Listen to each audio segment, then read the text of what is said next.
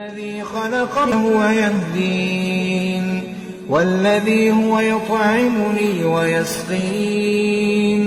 وإذا مرضت فهو يشفين والذي يميتني ثم يحيين والذي أطمع أن يغفر لي خطيئتي يوم الدين رب هب لي حكما وألحقني بالصالحين واجعل لي لسان صدق في الآخرين واجعلني من ورثة جنة النعيم.